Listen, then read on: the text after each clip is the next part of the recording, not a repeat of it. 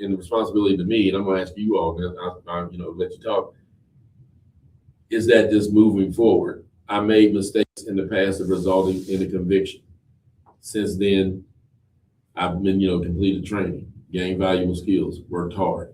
I'm moving forward with it, regardless because, that's the thing. We could all, really disagree with something, but that don't mean we stay stuck there, right? We move forward. Yeah. Because you might not feel that same way. I mean, tell me a little bit about what you think about accept responsibility when you think about in this topic here. I mean, if you've done whatever you've done and done your time, you've paid your debt to society. I mean, there's no need in blaring it out, but if you have to explain it, you might as well take accountability. I made some mistakes. Is that hard to say? I made some mistakes in my past that resulted in conviction. No, it's not hard. But it is. It's not. It's not, but it is. But it is. Exactly. I know what you're saying. Because I've been there.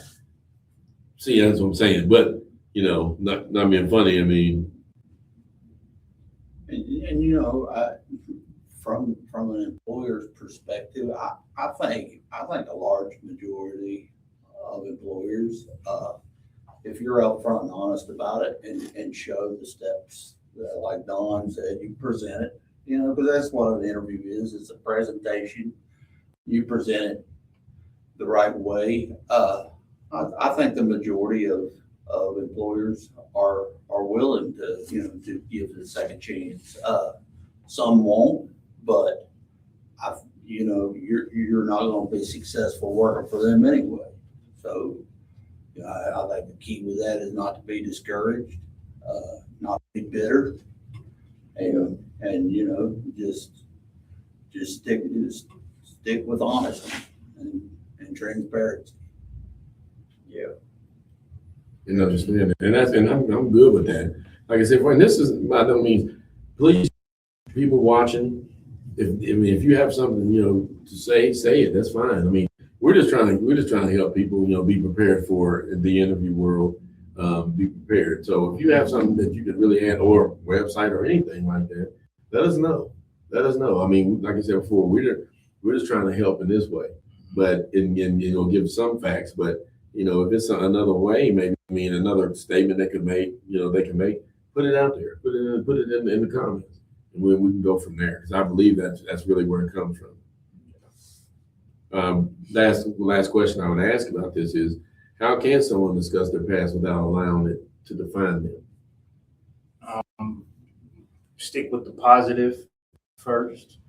I mean, even like kind of how you said, acceptance, that still doesn't mean you have to talk about what was done or did in a negative light.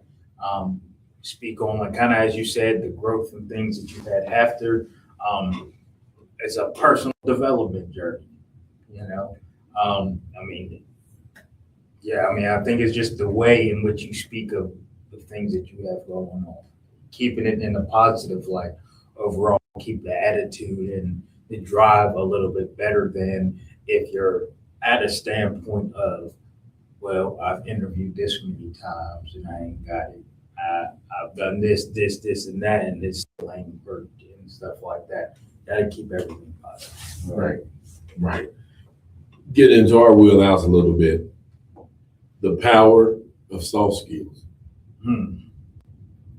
Reliability, communication, teamwork, problem solving, adaptability, and positive attitude.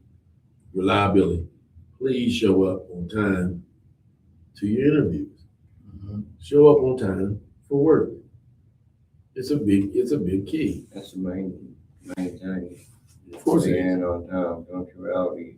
Yeah, I would say that's one of the quickest ways to get disqualified for an interview is to show up even 5 minutes late, because they automatically Actually, it should be early. Whether it was a mistake or not, they automatically say, well, that's going to be a problem. Yeah. Again, next. You need to study for an interview just like you would a test or something, and be prepared for it.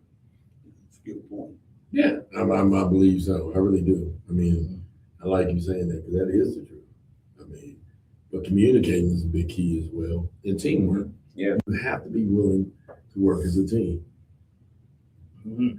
You A lot have of to. these jobs these days, for certain, especially how especially in your corporate world, if you will, which a lot of times that's more at top. So a lot of things were top down.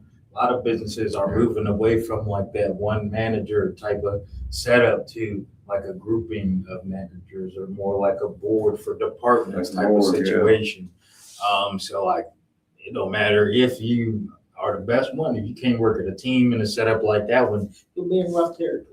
Right, be in rough territory. Right, and this is a little brief, explanation of soft skills. Personal qualities, habits, behaviors that determine how well a person works with others and handles workforce Yeah. responsibilities. That's what it is. And that's a lot of times what kind of, people kind of struggle sometimes as well, right?